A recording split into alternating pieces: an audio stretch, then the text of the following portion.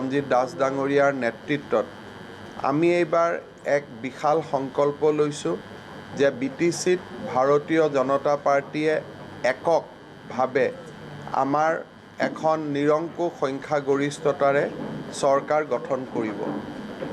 যোৱা কিছুদিনত আমি BTCৰ নিৰ্বাচনৰ পৰিপ্ৰেক্ষিতত ৰাইজৰ মাজলৈ গৈছিলোঁ আৰু ৰাইজৰ যি অভূতপূৰ্ব সঁহাৰি সেই সঁহাৰিয়ে স্পষ্টভাৱে প্ৰমাণ কৰিছে যে এতিয়া BTCত এখন বিজেপিৰ চৰকাৰ হ'ব। সেয়া এক সপোন নহয়, ই এক বাস্তৱৰ ফালে ধাৱমান হোৱা এক দৃঢ় সংকল্প। যি মুহূৰ্ততে আমি অনুভৱ কৰিছিলোঁ যে BTCত ভাৰতীয় জনতা পাৰ্টিয়ে চৰকাৰ গঠন কৰা নিশ্চিত হৈছে, সেই মুহূৰ্ততে আমাৰ দলে এটা সংকল্প লৈছিলে যে অহা 5 বছৰৰ কাৰ্যক্ৰমৰ এটা সংক্ষিপ্ত সংকল্প আমি আপোনালোকৰ ওচৰত দাঙি ধৰিম, যিয়ে ভাৰতীয় জনতা পাৰ্টিৰ যিসকল নিৰ্বাচিত পৰিষদ আহিব তেওঁলোকৰ বাবে এক মাৰ্গদৰ্শনৰ ভূমিকা গ্ৰহণ কৰিব। আমাৰ দলৰ কেন্দ্ৰীয় নিৰ্বাচনৰ সময়ত 2019 নিৰ্বাচনৰ সময়ত ৰাষ্ট্ৰীয় যি ঘোষণাপত্ৰ আৰু বিধানসভা নিৰ্বাচনৰ সময়ত দলে যি নিৰ্বাচনী ঘোষণাপত্ৰ উলিয়াব, সেই ঘোষণাপত্ৰকেইখনৰ পৰিপূৰক বা অতিৰিক্ত হিচাপেহে আমি এই ঘোষণাপত্ৰখন আপোনালোকৰ আগত উলিয়াই দিছোঁ। কাৰণ ৰাজ্য আৰু কেন্দ্ৰই ঘোষণা কৰা প্ৰতিটো আঁচনি, প্ৰতিটো সংকল্প BTCত ৰূপায়ণ কৰাৰ উপৰিও আমি কি ধৰণৰ আৰু কাম কৰিম পৰিপূৰকভাৱে তাৰহে এক সংক্ষিপ্ত খতিয়ান ইয়াত আমি দাঙি ধৰিছোঁ। অৰ্থাৎ কেন্দ্ৰ, ৰাজ্য আৰু BTC তিনিখন ঘোষণাপত্ৰৰ সন্মিলিত ৰূপটোৱে আমাৰ সংকল্প। ইয়াত মাত্ৰ আমি BTCত কৰিবলগীয়া কেইটামান কথা আমি আপোনালোকৰ আগত দাঙি ধৰিছোঁ। মই আপোনালোকৰ আগত যিহেতু আমি প্ৰিণ্টিং কপি দিম, সেইকাৰণে গোটেইকেইটা আমি বহলাই ব্যাখ্যা কৰিব খোজা নাই, কিন্তু কেইটামান কথা আমি আপোনালোকক জনাব খুজিছোঁ যে প্ৰথম কথা, BTR চুক্তি, প্ৰধানমন্ত্ৰী নৰেন্দ্ৰ মোদী ডাঙৰীয়াৰ নেতৃত্বত যি BTR চুক্তি স্বাক্ষৰিত হৈছিল, এই চুক্তিক আখৰে আখৰে পালন কৰিবলৈ ভাৰতীয় জনতা পাৰ্টিৰ চৰকাৰখন দায়বদ্ধ হৈ ৰ'ব। এই চুক্তিখনৰ কেইটামান দফা, বিশেষকৈ যে যিসকল গাঁও BTR চুক্তি অনুসৰি যিবোৰ গাঁও BTRৰ পৰা বাহিৰত যোৱাৰ বাবে যোগ্য বিবেচিত হ'ব, তেওঁলোকৰ আবেদনসমূহ বিবেচনা কৰি তাক সন্মতি জনোৱা হ'ব। অৰ্থাৎ BTCৰ পৰা যথেষ্ট সংখ্যক গাঁও ওলাই যোৱাৰ যিটো BTR চুক্তিত দফা আছে, সেই দফা আমি আখৰে আখৰে পালন কৰিম। ঠিক তাৰ লগে লগে BTC অঞ্চলৰ সীমান্তত যিসমূহ গাঁৱে BTCত অন্তৰ্ভুক্ত হ'ব বিচাৰে, বিশেষকৈ জনজাতীয় গাঁৱে যিসকলে BTCত অন্তৰ্ভুক্ত হ'ব খোজে, তেওঁলোকক আমি BTCত অন্তৰ্ভুক্ত কৰিবলৈও আমি আগবঢ়াই লৈ যাম। অৰ্থাৎ গাঁও কৰ্তন আৰু অন্তৰ্ভুক্তিকৰণ, এই দুইটা BTR চুক্তিৰ দফাক ভাৰতীয় জনতা পাৰ্টিয়ে ৰূপায়ণ কৰিব। আপোনালোকে জানে যে BTCৰ আসনৰ সংখ্যা 40ৰ পৰা 60 হ'ব। যেতিয়া 40ৰ পৰা 60 হ'ব, বহুত জনগোষ্ঠীৰ এটা অভিযোগ আছে যে BTCত বিভিন্ন জাতি জনগোষ্ঠীৰ প্ৰতিনিধিত্ব নাই। তেওঁলোকে ভাবে যে BTCৰ শাসন ব্যৱস্থাৰ পৰা আমি বহুত দূৰত আছোঁ। এই যি 20টা অতিৰিক্ত চিট হ'ব, এই 20টা অতিৰিক্ত চিটত আমি সকলো জনগোষ্ঠীৰ আশা আকাংক্ষাক প্ৰতিনিধিত্ব কৰাকৈ আমি ডিলিমিটেশ্যন কৰাৰ বাবে সিদ্ধান্ত লৈছোঁ যে আমি BTCৰ চিটবিলাক আমি এনেকৈ নতুনকৈ সজাম যে ইয়াত প্ৰতিটো জনগোষ্ঠীয়ে নিজৰ ৰাজনৈতিক আশা আকাংক্ষা পূৰণৰ সুবিধা পায়। আপোনালোকে জানে যে BTR চুক্তি অনুসৰি কিছুদিন আগতে বড়ো ভাষাক ৰাজ্যিক ভাষাৰ মৰ্যাদা প্ৰদান কৰা হৈছে। BTCত অসমীয়া আৰু বড়ো ভাষাৰ সম প্ৰচলন আৰু দুইটা ভাষাৰ লগত জড়িত বৌদ্ধিক পৰিমণ্ডলক আগুৱাই লৈ যোৱাৰ বাবে ভাৰতীয় জনতা পাৰ্টীয়ে চেষ্টা কৰিব। তাৰ লগে লগে সংবিধানৰ ৮ম অনুসূচীত স্বীকৃত ভাষা চাওতালী, নেপালী, হিন্দী, বঙালী আদি বিকাশৰ বাবেও আমাৰ BTC চৰকাৰখনে প্ৰচেষ্টা হাতত ল'ব। বৰ্তমান BTCৰ নিযুক্তিৰ যি CSB প্ৰক্ৰিয়া আছে সেইটো আইনসন্মত নহয়, যিটো তেওঁলোকে চেণ্ট্ৰেল ছিলেকশ্যন বৰ্ড বুলি কয়। এইটো এটা ছাৰ্ভিচ ৰুলৰ বিপৰীতে গঢ়ি উঠা অসাংবিধানিক পৰম্পৰা। এই CSB ভংগ কৰি দিয়া হ'ব। প্ৰতিটো বিভাগে নিজ নিজ জিলাত নিযুক্তিৰ পৰীক্ষা পাতি বিভাগীয়ভাৱে নিযুক্তিৰ ব্যৱস্থা কৰা হ'ব। ওদালগুৰিত যদি এটা পদ খালী হৈছে তাক ওদালগুৰিতে নিযুক্তিৰ ব্যৱস্থা কৰা হ'ব। কোকৰাঝাৰত যদি এটা পদ খালী হৈছে তাত কোকৰাঝাৰতে নিযুক্তিৰ ব্যৱস্থা কৰা হ'ব। বাস্কা চিৰাঙত যদি কিবা এটা পদ খালী হৈছে তাতে নিযুক্তিৰ প্ৰক্ৰিয়া সম্পন্ন কৰা হ'ব আৰু বিভাগীয় বিষয়াসকলেই নিযুক্তি কৰিব। ৰাজনৈতিক ব্যক্তিক নিযুক্তি প্ৰক্ৰিয়াৰ লগত জড়িত হ'ব দিয়া নহ'ব। ৰাজনীতিৰ পৰা দূৰত গৈ বিভাগীয় বিষয়াসকলে সম্পূৰ্ণ মেধাৰ ভিত্তিত এই নিযুক্তি প্ৰক্ৰিয়া চলাব আৰু এই নিযুক্তি প্ৰক্ৰিয়াত BTCৰ সকলো জনগোষ্ঠীৰ আশা আকাংক্ষাক প্ৰতিফলিত কৰা হ'ব। তাৰ লগে লগে আমাৰ BTCৰ প্ৰত্যেকটো চাকৰিত আমি 10% সমাজৰ দুৰ্বল শ্ৰেণীৰ বাবে সংৰক্ষণ কৰিম। অৰ্থাৎ যিমান পোষ্ট ওলাব কাষ্ট ৰিজাৰ্ভেশ্যন, ট্ৰাইব ৰিজাৰ্ভেশ্যন থাকিব, কিন্তু তাৰ অতিৰিক্তভাৱে 10% ৰিজাৰ্ভেশ্যন EWS বা অৰ্থনৈতিকভাৱে পিছপৰা লোকৰ বাবে সংৰক্ষণ কৰা হ'ব, যাৰ দ্বাৰা প্ৰতিটো জাতি জনগোষ্ঠীৰ দৰিদ্ৰ শ্ৰেণীৰ লোকে BTCৰ চাকৰিত অংশগ্ৰহণ কৰাৰ বাবে সুবিধা পাব।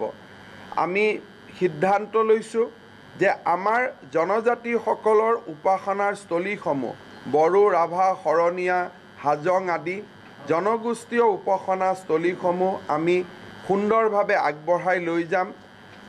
প্ৰতিটো পৰিষদীয় সমষ্টিত আমি 50টাকৈ নামঘৰ, আমি মন্দিৰ, নামঘৰ, গীৰ্জা, শ্মশান, কবৰস্থান আদি বনোৱাম। আমি এটা ডাঙৰ ৰাজনৈতিক কথা ইয়াত কৈছোঁ যে BTCত বাস কৰা প্ৰতিজন লোকেই যদি চৰকাৰী ভূমিত বাস কৰিছে তেওঁলোকে মেডি পট্টা পোৱাৰ আমি ব্যৱস্থা কৰিম। যি জাতি জনগোষ্ঠী নহওক কিয় যদি তেওঁ BTCৰ বাসিন্দা আছিলে বা বাসিন্দা হয় তেতিয়াহ'লে তেওঁলোকে মেডি পট্টা পোৱাৰ উপযুক্ত হ'ব।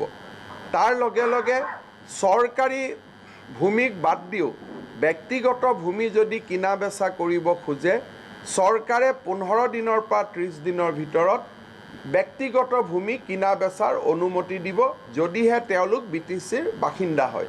অৰ্থাৎ মোৰ যদি মাটি মই আজি কাবাক বিক্ৰী কৰিব খুজিছোঁ, কাৰোবাৰ মাটি মই কিনিব খুজিছোঁ, 15 পৰা 30 দিনৰ ভিতৰত SDCয়ে অনুমতি দিবলৈ বাধ্য থাকিব।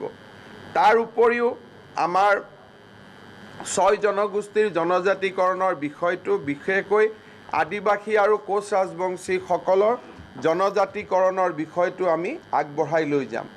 যুদ্ধবিৰতিত থকা আদিবাসী সংগঠনসমূহৰ লগত অচিৰে এখন শান্তি চুক্তি সমাধান কৰা হ'ব।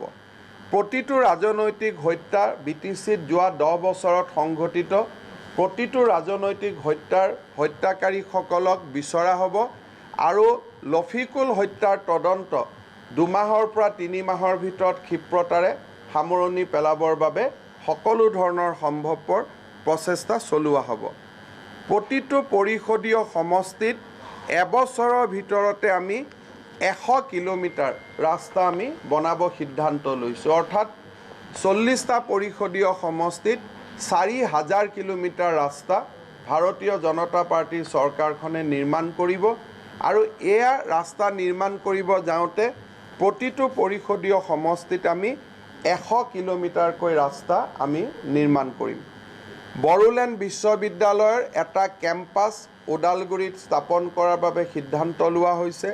তামোলপুৰত এখন মেডিকেল কলেজ নিৰ্মাণৰ কাম তৎকালীনভাৱে আৰম্ভ কৰা হ'ব আৰু প্ৰশাসনিক দৃষ্টিভংগীৰ পৰা বাস্কা জিলাক বিভক্ত কৰি তামোলপুৰত এখন সুকীয়া জিলাৰ নিৰ্মাণৰ বাবে আমি সিদ্ধান্ত গ্ৰহণ কৰিছোঁ। BTCৰ প্ৰত্যেকটো মহকুমাতে একোখনকৈ গভৰ্ণমেণ্ট কলেজ আমি নিৰ্মাণ কৰাৰ বাবে সিদ্ধান্ত লৈছোঁ। BTCৰ প্ৰতিটো কাউন্সিল এলেকাত 40টা পাৰিষদীয় সমষ্টিত 40খন 30 বেডেড চিকিৎসালয় আমি নিৰ্মাণৰ বাবে আমি সিদ্ধান্ত গ্ৰহণ কৰিছোঁ। ইয়াৰ উপৰিও আমি BTCত অসম চৰকাৰৰ যিবিলাক আঁচনি অৰুণোদয়, অৰুন্ধতী, বৃদ্ধ পেঞ্চন, বিধৱা পেঞ্চন এইসমূহ আমি ক্ষিপ্ৰতাৰে ৰূপায়ণৰ বাবে সিদ্ধান্ত গ্ৰহণ কৰিছোঁ। BTCত 40খন 10 কোটি টকা ব্যয় সাপেক্ষে 40খন ক্ৰীড়া ষ্টেডিয়াম আমি নিৰ্মাণৰ সিদ্ধান্ত লৈছোঁ। আমাৰ চৰকাৰ শাসনত অহাৰ লগে লগে প্ৰথমখন সভাতে আমি VCDCসমূহ ভংগ কৰি দিয়াৰ সিদ্ধান্ত লৈছোঁ। VCDCৰ পৰিৱৰ্তে ৰাইজৰ পৰা নিৰ্বাচিত হ'ব পৰাকৈ 3 খলপীয়া বিকেন্দ্ৰীকৃত ব্যৱস্থাৰে পঞ্চায়ত ব্যৱস্থাক গঢ়ি তোলা হ'ব, যি BTCৰ নিয়ন্ত্ৰণাধীন হ'ব। কিন্তু VCDC তৎকালীনভাৱে বন্ধ কৰা হ'ব। VCDCৰ স্থানত 3 খলপীয়া বিকেন্দ্ৰীকৃত আমাৰ পঞ্চায়ত ব্যৱস্থা ৰূপায়ণ কৰা হ'ব। বিভিন্ন জাতি জনগোষ্ঠীৰ লোকে জনজাতি প্ৰমাণপত্ৰ আদি পোৱাৰ ক্ষেত্ৰত যিখিনি অসুবিধা হৈ আছে সেইবিলাক দূৰ কৰা হ'ব। BTR চুক্তি অনুসৰি যি 1500 কোটি টকাৰ পেকেজ আহিব তাক ৰাইজৰ লগত আলোচনা কৰি ব্যয় কৰাৰ বাবে আমাৰ BTC চৰকাৰখনে সিদ্ধান্ত ল'ব।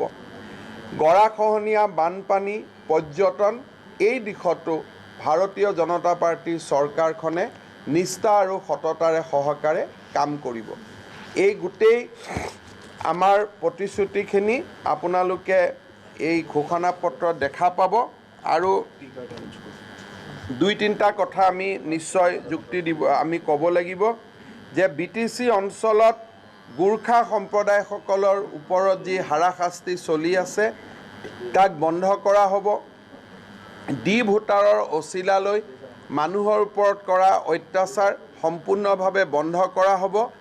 আৰু চাহ বাগিচাৰ প্ৰতিটো বেংক একাউণ্টত, শ্ৰমিকৰ বেংক একাউণ্টত আমি 3000 টকাকৈ ৰাজ্য চৰকাৰে যি আঁচনি লৈছে 3000 টকাকৈ বছৰত জমা দিয়া, সেই আঁচনিও BTCত ৰূপায়ণ কৰা হ'ব। আৰু BTC অঞ্চলতো ৰাজ্য চৰকাৰে অসমৰ আন জিলাসমূহত আৰম্ভ কৰাৰ দৰে BTCৰ চাহ বাগিচাসমূহতো হাইস্কুল আৰু উচ্চতৰ মাধ্যমিক, হাইস্কুল এণ্ড হায়াৰ ছেকেণ্ডাৰী এই 2টা অনুষ্ঠান নিৰ্মাণৰ বাবে আমি ক্ষিপ্ৰতাৰে ব্যৱস্থা হাতত ল'ম। এইখিনি কৰিব যাওঁতে নিশ্চিতভাৱে আপোনালোকে জানে যে বহু ক্ষেত্ৰত পুঁজিৰ প্ৰয়োজন হ'ব। যোৱা 5 বছৰত আমাৰ ৰাজ্য চৰকাৰে উদাৰভাৱে BTCক সাহায্য আগবঢ়াই আহিছিলে, কিন্তু BTCৰ এই মেক্সিমাম ধন ছাপ্লাই নামত ব্যৱহাৰ কৰা হয়। ৰাজ্য চৰকাৰে এটা সিদ্ধান্ত লৈছে যে BTCত যদি এতিয়াৰ পৰা 100 টকা আহে তাত 30 টকাৰ ছাপ্লাই কাম কৰিব পাৰিব, 70% কাম কেপিটেল এছেট বনোৱাৰ কামত ব্যৱহাৰ কৰিব লাগিব। অৰ্থাৎ এইটো ৰাজ্য চৰকাৰে স্পষ্টভাৱে অহা 15 দিনৰ ভিতৰত গাইডলাইন ইছ্যু কৰিব BTCলৈকে যে যিকোনো কাৰণতে কিনা বেচা 30%ৰ ওপৰত হ'ব নোৱাৰিব, 70% কাম কেপিটেল এছেট নিৰ্মাণতহে ব্যৱহাৰ কৰিব লাগিব। মই আপোনালোকক উদাহৰণস্বৰূপে কৈছোঁ, 2019-20 চনত আমি SOPD শিতানত BTCক 671 কোটি টকা দিছিলোঁ, 671 crores। অকল মই 19 আৰু 20 বৰ্ষৰ কথা কৈ আছোঁ, বেলেগ বৰ্ষত কোৱাই নাই। আছাম ষ্টেট ফাইনেন্স কমিশ্যনৰ পৰা আমি 140 crores rupees দিছিলোঁ, 671 প্লাছ 140, তাৰমানে প্ৰায় আমাৰ 800 কোটি টকা।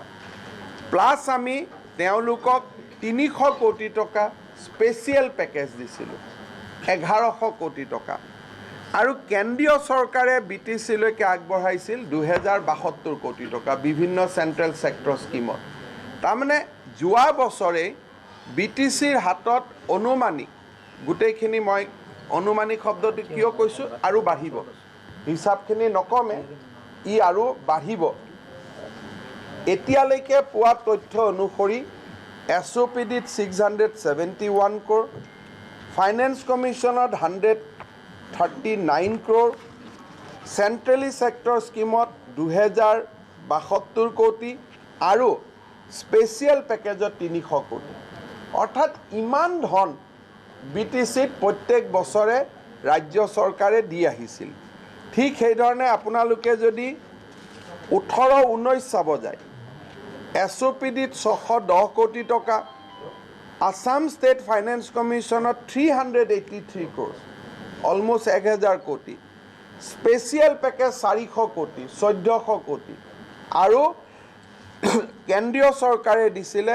1800 কোটি তাৰমানে 3000 কোটি টকা পাৰ হৈ গৈছিলে মই ভাষণত 1000 কোটি BTCয়ে পোৱা বুলি কৈছিলোঁ কিন্তু এতিয়া মোক বিত্ত বিভাগৰ পৰা কি যিখিনি ডাটা দিয়া হৈছে কেন্দ্ৰ আৰু ৰাজ্য চৰকাৰ মিলি অলমোষ্ট 3000 কোটি টকা বড়োলেণ্ড টেৰিটৰিয়েল কাউন্সিলত আহি আছিলে প্ৰত্যেক বছৰে সেই টকালৈকে যদি আমি চাব যাওঁ আমি নিৰ্বাচনী ঘোষণাপত্ৰত দিয়া সম্পূৰ্ণ আঁচনি অতি সুন্দৰভাৱে আমি ৰূপায়ণ কৰিব পাৰিম বৰঞ্চ ঘোষণাপত্ৰত নিদিয়া আৰু বহুত বেছি নতুন কামো আমি কৰিব পাৰিম সেইবাবে আমি অসমবাসী ৰাইজক বিশেষকৈ BTCবাসী ৰাইজক আমি অনুৰোধ কৰিম যে ভাৰতীয় জনতা পাৰ্টিৰ চৰকাৰখন যাতে BTCত হয় সকলো জাতি জনগোষ্ঠীৰ মাজত শান্তি আৰু সমন্বয়ৰ এটা নতুন পৰিৱেশ সৃষ্টি হয় অসমৰ দৰে BTCটো যাতে বিৰামহীন উন্নয়নৰ প্ৰক্ৰিয়া আৰম্ভ হয়